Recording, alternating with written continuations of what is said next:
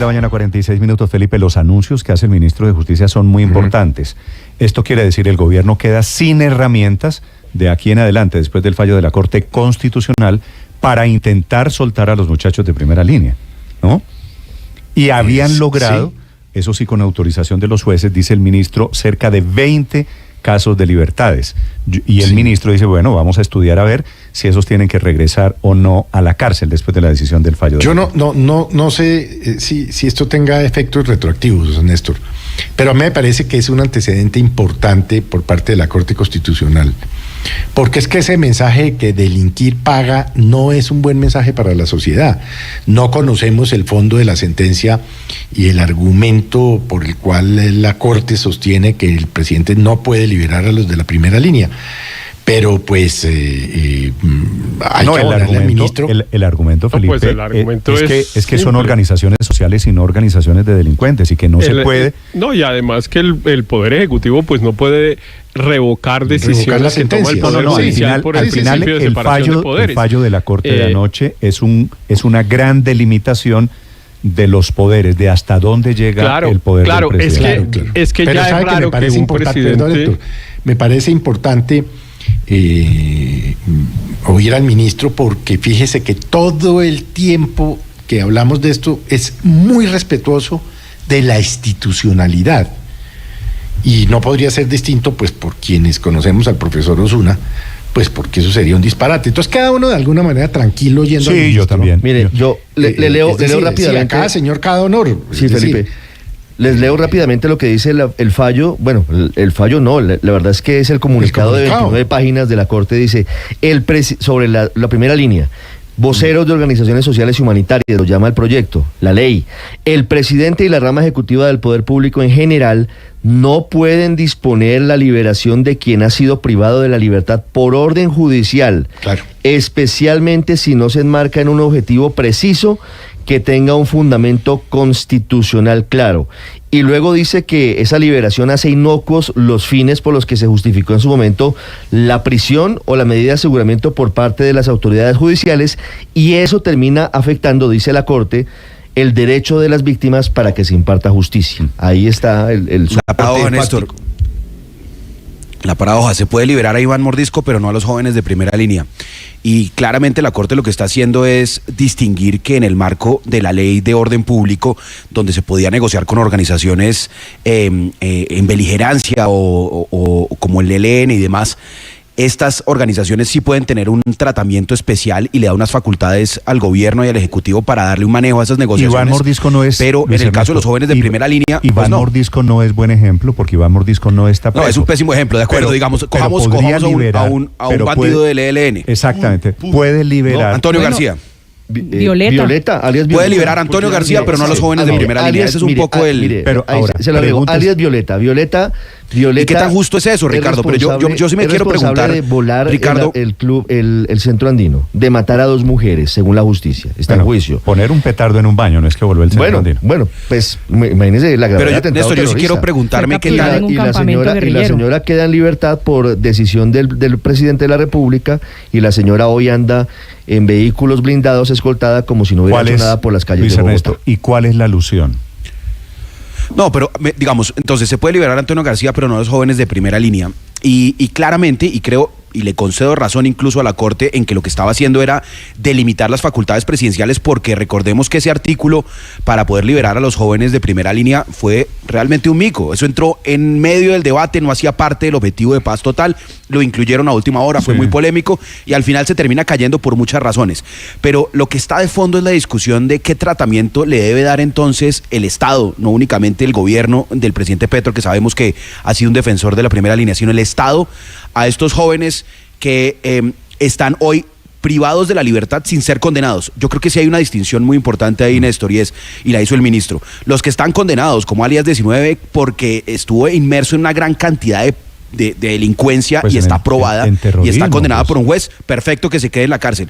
Pero un joven al cual le imputaron una serie de delitos en medio de tensiones con la policía y que hoy de pronto debería estar estudiando en la universidad y de pronto aprendió de que nunca debería excederse en una protesta, pues yo creo que está mejor en la universidad, honestamente. Perdóneme que se lo diga, pero ese es el dilema de la justicia todo el tiempo. Si cometió el delito, pues claro que merece la cárcel. Y si no cometió el delito, si está injustamente detenido, pues claro que merece la libertad. Sí, y una vez dicho que merece la libertad, pues que se vaya a estudiar y que haga lo que corresponde y que el Estado lo apoye, de acuerdo. Eso me parece que es natural en este momento. Las reflexiones que propone Luis Ernesto, Néstor, me parecen muy importantes. Una es esa cosa un poco ética que en Colombia además nos parece normal, que es que se le pueda dar beneficios jurídicos a criminales de la magnitud de este personaje que ustedes estaban mencionando a manera de ejemplo, Violeta. Y eso nos parece normal y eso nadie lo discute. El fiscal general rápidamente expide las órdenes que toca expedir y etcétera.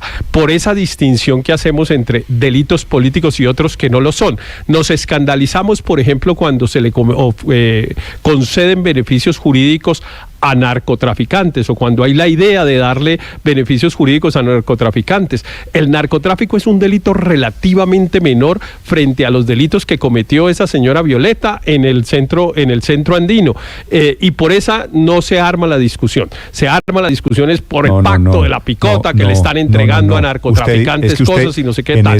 En ese plural usted mete a todo el mundo, al contrario. A todo el mundo. En Colombia no hay discusión de darle beneficios jurídicos a los que no hay discusión? No hay discusión ni jurídica ni política en relación con darle beneficios. ¿El referendo de la paz? Pues claro, a eso me refería Felipe. ¿Y por qué claro que ha habido discusión. Históricamente ese es el tema. Es que a los grandes delincuentes, usted tiene razón, Héctor, los solemos perdonar y a los pequeños delincuentes no. Es posible que esa sea la discusión de fondo. Pero no son grandes ni pequeños, sino si hay a unos que tienen supuestamente una justificación política, que es una distinción nosotros nos inventamos que los grandes delincuentes tienen una condición política. Es una distinción decimonónica del siglo XIX. Aquí aquí cuando yo oigo permanentemente aquí cuando se cubren estos temas, le dieron estatus político, le van a dar estatus político. No, hay unos criminales que son criminales. Por defensores de que cualquier cosa termina en un proceso de paz en Colombia, Héctor. Y la siguiente que pregunta, es en lo que estamos otra vez hoy en día, es que nos la hemos pasado, usted tiene la cuenta, Felipe, ¿cuántos procesos de paz? ¿Se acuerda que la cifra la daba el profesor Gómez Méndez? Llevamos cuántos procesos de paz en 200 y pico años de historia republicana. Pero lo que estoy diciendo... la pasamos perdonando a los grandes delincuentes. Hicieron el pacto del Frente Nacional hicieron el pacto del Frente Nacional para limpiar los asesinatos de la mitad del siglo XX sin que nadie se le ocurriera ni justicia transicional, ni nada, nada. Simplemente un día firmaron y dijeron, bueno, ya no nos vamos a seguir matando, y los que mataron se quedaron muertos y listo. Es que usted que ha sido defensor de que aquí todo se acaba con un proceso de paz, de que hay que hacer el proceso de paz. No, yo no he sido defensor de eso. Hay una enorme equivocación en esa afirmación, Néstor. No, por supuesto que no. Usted es pro proceso de paz en todo. No los hemos derrotado, entonces hagámosle un proceso de paz a todos.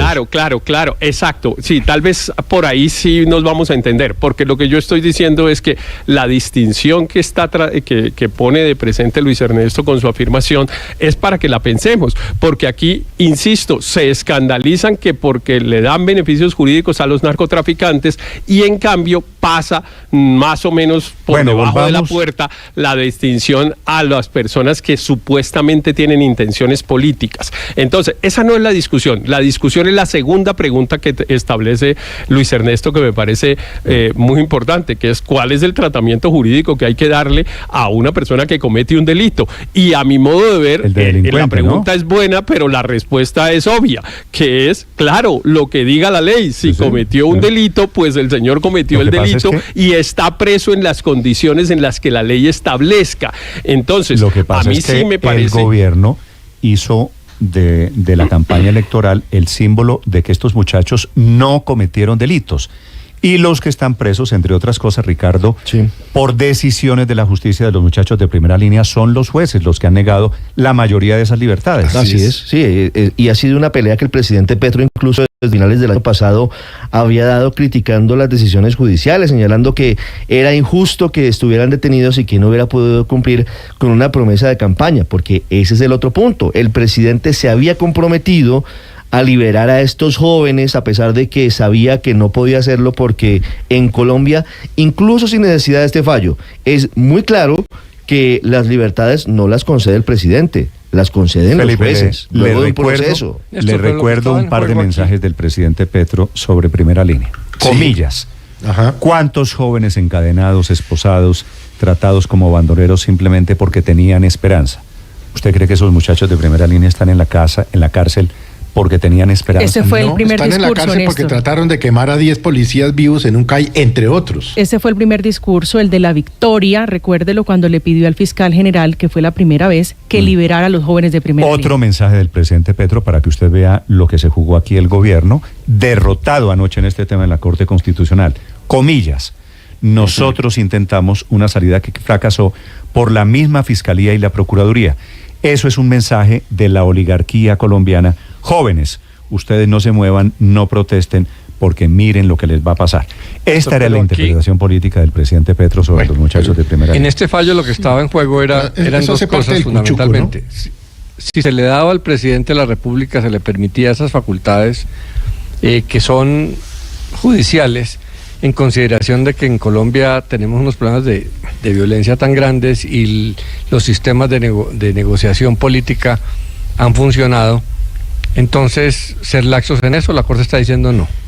Estos temas judiciales son de la rama judicial, el presidente Claro, no de debe acuerdo. tenerlos y queremos alejarnos. Uno. Y dos, la pregunta era si, así como Colombia ha avanzado en lo que analizaba Héctor, a aceptar plenamente en el mundo jurídico que los delitos políticos son perdonables, si se avanzaba a extender eso a otros delitos, en virtud de que el narcotráfico unifica los delitos políticos y los delitos de crimen ordinario. Y una nueva situación, si lo de la primera línea, lo de estos muchachos, unos son criminales ordinarios y otros tienen una connotación política, y si se le da ese tratamiento. Y la Corte lo que dijo es, no. Paremos ese sancocho, vamos más despacio, que el Congreso decida primero. Bueno, están hablando hoy de cuchucos. Felipe, usted de cuchuco, Álvaro habla de sancocho. Las 7 de la mañana, 58 minutos. Néstor. En segundos, el exministro el de profesor- Salud, Alejandro Gaviria, con las críticas de los exministros de Salud Néstor. a la reforma a la salud. Don Aurelio, señor. El profesor Edgar Rebeis dice que lleva una contabilidad de 88 procesos de paz, de cooptación de delincuentes, antes de los que se están desarrollando ahora. O sea que 88 más 2 o 3, no sé, le da 90, 91, súmelo por ahí. Está entre 90 y 100, lo que él llama la rebaja de Sí. la tasa moral de cambio, ¿sí? Que hay en Colombia, que se impuso como una norma. Pero a la pregunta de Luis Ernesto y de Héctor, yo tengo una respuesta que no es sino la respuesta que da la Corte Constitucional. Claro que un muchacho entre a una universidad, mejor que esté en una cárcel. Y la víctima, es que lo que la Corte Constitucional no le está respondiendo la pregunta a Luis Ernesto y a Héctor. La Corte Constitucional le está respondiendo es al gobierno, que le dice, oiga, usted va a liberar a unas personas y allá hay unas víctimas. Aquí, por ejemplo, no hubo un motociclista que murió degollado porque le atravesaron un alambre. Y entonces esos los mandamos para la universidad, y el motociclista, ¿qué? La Corte no dice ninguna otra cosa frente a qué es mejor o qué es peor.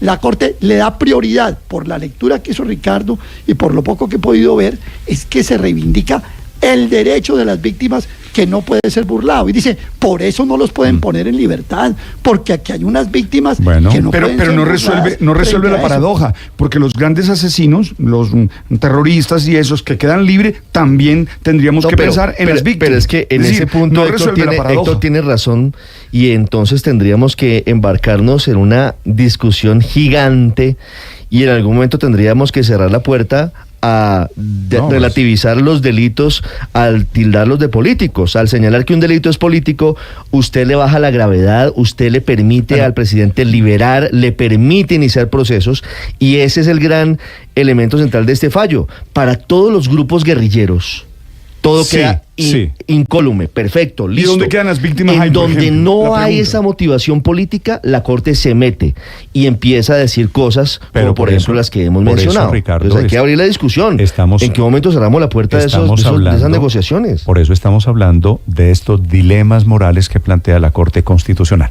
Son las 8 en punto, los acompañamos desde Blue Radio en